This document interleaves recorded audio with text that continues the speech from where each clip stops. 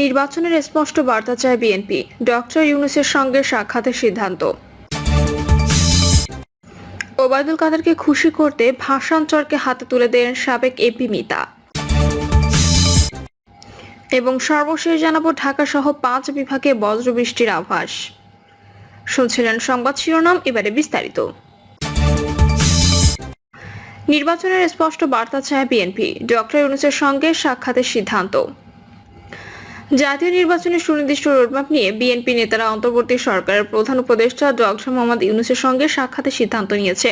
দলটি মনে করছে অন্তর্বর্তী সরকারের তরফ থেকে যেসব বক্তব্য দেওয়া হয়েছে তাতে নির্বাচন নিয়ে পরিষ্কার কোনো বার্তা নেই। সূত্রগুলো বলছে দলটির স্থায়ী কমিটির বৈঠকে বেশ কয়েকটি এজেন্ডা নিয়ে আলোচনা হয়। এর মধ্যে নির্বাচনের রোডম্যাপ ও সংস্কারের ইস্যু ছিল অন্যতম। বিএনপি গত 23 মার্চ জাতীয় ঐক্যমত্য কমিশনের কাছে 5টি সংস্কার কমিশনের প্রস্তাবনার উপর দলীয় মতামত জমা দিয়েছে। সেখানে সংস্কারের পক্ষেই দলটির মতামত রয়েছে। সংস্কার ইস্যুতে তারা যে সরকারকে সহযোগিতা করছে সে বিষয়ে দলটি তাদের অবস্থান বারবার ব্যক্ত করছে।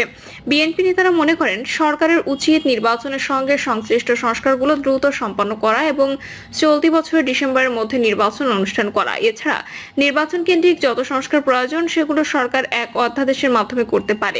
বাকি সংস্কার রাজনৈতিক ঐকমত্যের ভিত্তিতে পরবর্তী নির্বাচিত সংসদে করা যাবে। সূত্র আরও জানা গেছে, প্রধান উপদেষ্টার সঙ্গে সাক্ষাতের পর নির্বাচনী রোডম্যাপ ইস্যুতে দলের পরবর্তী করণীয় নির্ধারণ করবে বিএনপি। এক্ষেত্রে তারা একটি কর্মসূচি দেওয়ার কথাও চিন্তা করছে। এর আগে অন্তর্বর্তীকালীন সরকারের প্রধান উপদেষ্টা একাধিক বক্তব্য জানান, চলতি বছরের ডিসেম্বর থেকে আগামী বছরের জুনের মধ্যে নির্বাচন হতে পারে। কিন্তু বিএনপি মনে করে সরকারের তরফ থেকে নির্বাচনের বিষয়ে সে সময়সীমা কথা বলা হয়েছে সে ব্যাপারে এখনো আশ্বস্ত নয় বিএনপি। তাদের মধ্যে নির্বাচন প্রলম্বিত হওয়ার নানা সংখ্যা এখনো রয়ে গেছে। আর এটি নির্বাচনের কোনো সুনির্দিষ্ট রোডম্যাপ নয়, কারণ নির্বাচন নিয়ে সরকারের তরফ থেকে এক এক সময় এক এক কথা বলা হচ্ছে। ফলে নির্বাচন নিয়ে অন্তর্বর্তী সরকার কি ভাবছে কিংবা তাদের অবস্থান কি সেটা সুস্পষ্টভাবে জানতে শিগগিরই প্রধান উপদেষ্টার সঙ্গে দেখা করার সিদ্ধান্ত নিয়েছে দলটি। জানা গেছে বিএনপি মহাসচিব মির্জা ফখরুল ইসলাম আলমগীর সিঙ্গাপুরে চিকিৎসা শেষে দেশে ফিরলে এই সাক্ষাৎ হবে। সেখানে নির্বাচন নিয়ে বিএনপির উদ্বেগ এবং সংশয় রয়েছে সেটা প্রধান উপদেষ্টাকে জানাবে দলটি। একই সঙ্গে দেশের বর্তমান রাজনৈতিক পরিস্থিতি নিয়ে বিএনপির যে মতামত সেটাও তারা তুলে ধরবে। চিকিৎসার জন্য সস্ত্রীক মির্জা ফখরুল গত রোববার সিঙ্গাপুর গেছেন। সপ্তাহখানেক পর তার ঢাকায় ফেরার কথা রয়েছে। ওবায়দুল কাদেরকে খুশি করতে ভাষান্তরকে হাতে তুলে দেন সাবেক এমপি মিতা। ফের মানচিত্রে যুক্ত হচ্ছে সন্দ্বীপ। নতুন করে চর জাগলেও কাগজপত্রে বিলীন হয়ে যাওয়া সন্দ্বীপের সঙ্গে তা যোগ হয়নি। পতিত হাসিনা সরকারের আমলে খোদ দ্বীপের একটি সিন্ডিকেট নতুন চরগুলোর বেশিরভাগ অংশ নোয়াখালীর সঙ্গে যুক্ত করে দেয়। গত 5ই আগস্ট পট পরিবর্তনের পর সন্দ্বীপ নোয়াখালীর এই সীমানা বিরোধ ফের সামনে আসে। জানা গেছে ওবায়দুল কাদেরকে খুশি করতে ভাষান্তরকে হাতে তুলে দেন সাবেক এমপি মিতা। সরকারের শীর্ষ মহল থেকে দ্রুত সীমানা বিরোধ সম্পত্তি নির্দেশনা দেওয়া হয়। জানা গেছে পতিত আওয়ামী লীগ সরকারের আমলে 2017 সালে দ্বীপটির মালিকানায় থাকা 6 মৌজা সহ উড়িরচরের 2টি ইউনিয়নকে নোয়াখালী জেলার অধীনে দিয়ে দেওয়া হয়। অভিযোগ, পতিত আওয়ামী লীগের সাধারণ সম্পাদক ওবায়দুল কাদেরের নির্দেশে তৎকালীন প্রশাসন এই সিদ্ধান্ত নিয়েছিল। দলের সাধারণ সম্পাদককে খুশি ও নিজের নমিনেশন পোক্ত করার জন্য খোদ সন্দ্বীপের পতিত এমপি মাহফুজুর রহমান মিতাও সে সময় এর বিরোধিতা করেননি বলে তার ঘনিষ্ঠরা জানান। উল্টো নোয়াখালীর পক্ষে ডিও লেটার দেন। তৎকালীন সরকারের ওই সিদ্ধান্তে গোটা সন্দ্বীপের সাধারণ মানুষ সে সময় ফুঁসে উঠেছিলেন। মামলা হয় উচ্চ আদালতে। সন্দ্বীপের বাসিন্দা মনিরুল হুদা হাইকোর্টে একটি রিট দায়ের করেন। কিন্তু ফ্যাসিস্ট সরকারের একরোখা সিদ্ধান্তের কারণে বাতিল করা সম্ভব হয়নি সন্দ্বীপ বিরোধী ওই একতরফা আদেশ। সাবেক এমপি মাহফুজুর রহমান মিতা আত্মগোপনে থাকায় এ বিষয়ে তার সঙ্গে কথা বলা সম্ভব হয়নি। ঢাকা বিশ্ববিদ্যালয়ের ভূগোল ও পরিবেশ বিভাগের অধ্যাপক ডক্টর এম শহীদুল ইসলাম বলেন, বিভিন্ন গবেষণায় দেখা যায় আমাদের উপকূলীয় অঞ্চলে প্রতি বছর 2 থেকে 3 বিলিয়ন টন পলি আসে গড়ে, যার 3 ভাগের 1 ভাগ আমাদের নদী নালা খাল বিলে পড়ে। আরেক ভাগ সমুদ্রে পুরোপুরি হারিয়ে যায় আর বাকি 1 ভাগ সমুদ্র তীরবর্তী এলাকায় জমা হয়। এই জমার পরিমাণ এখন অনেক বেশি। স্থানীয় বিশেষজ্ঞরা বলছেন এই মুহূর্তে সুখবর হচ্ছে দ্বীপটি আর ভাঙছে না। তাদের মতে বিরোধপূর্ণ ভাষণ চরটি ছিল মূলত নদীতে ভেঙে যাওয়া সন্দ্বীপের নাম ন্যায়মস্তি ইউনিয়নের অংশ। জেগে ওঠে উড়িরচরকে সন্দ্বীপের হিস্সায় দেওয়া হলেও কাছের ভাষাঞ্চর বা ঠ্যাঙ্গারচরকে দিয়ে দেওয়া হয়েছিল নোয়াখালী তথা হাতিয়া উপজেলার প্রযত্নে। সন্দ্বীপের মানুষ মনে করে এটা সরকারের অযৌক্তিক সিদ্ধান্ত ছিল। সন্দ্বীপের মানুষ বারবার সভা, মানববন্ধন, মিছিল করে ভাষাঞ্চলকে সন্দ্বীপের অন্তর্ভুক্ত করে সেখানে ন্যায়মস্তি ইউনিয়নের নদীর শিকস্তি পরিবারগুলোকে পুনর্বাসনের দাবি জানিয়ে আসছে, কিন্তু সাবেক ফ্যাসিস্ট এমপি মাহফুজুর রহমান মিতার অসহযোগিতায় সেটা বাস্তবায়ন সম্ভব হয়নি। ছাত্র জনতার গণ আন্দোলনে 5ই আগস্ট পট পরিবর্তনের পর সন্দ্বীপ নোয়াখালীর এই সীমানা বিরোধ ফের সামনে আসে। সরকারের শীর্ষ মহল থেকে দ্রুত সীমানা বিরোধ নিষ্পত্তির নির্দেশনা দেওয়া হয়।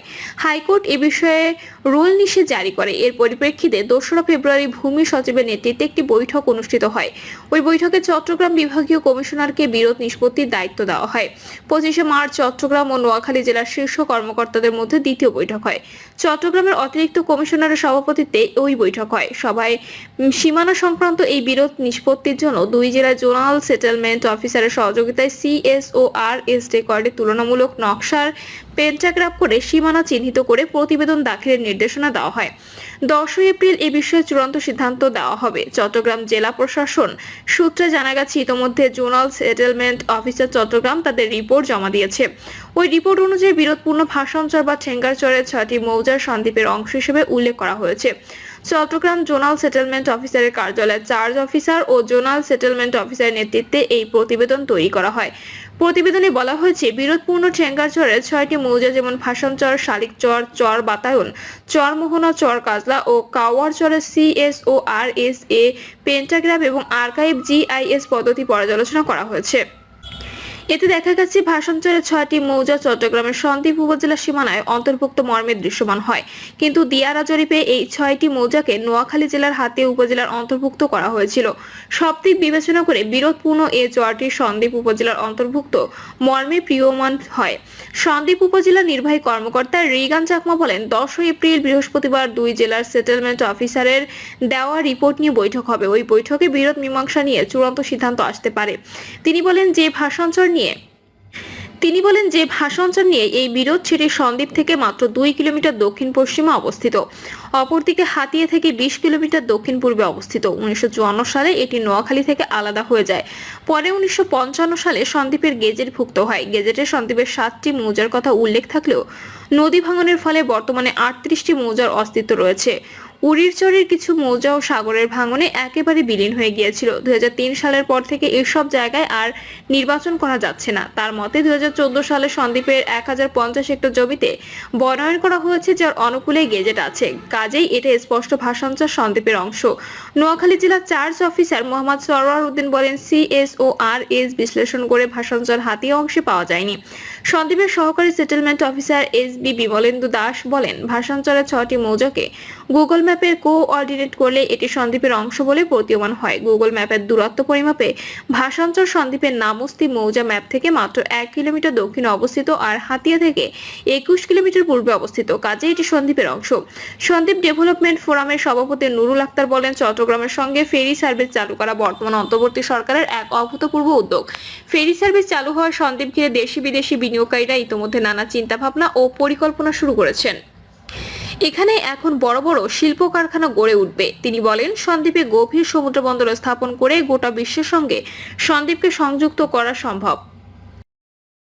প্রিয় দর্শক, এই ছিল এখনকার সর্বশেষ সংবাদ। আপডেট সব সংবাদ পেতে চ্যানেলটি সাবস্ক্রাইব করে বেল আইকনটি ক্লিক করে রাখুন।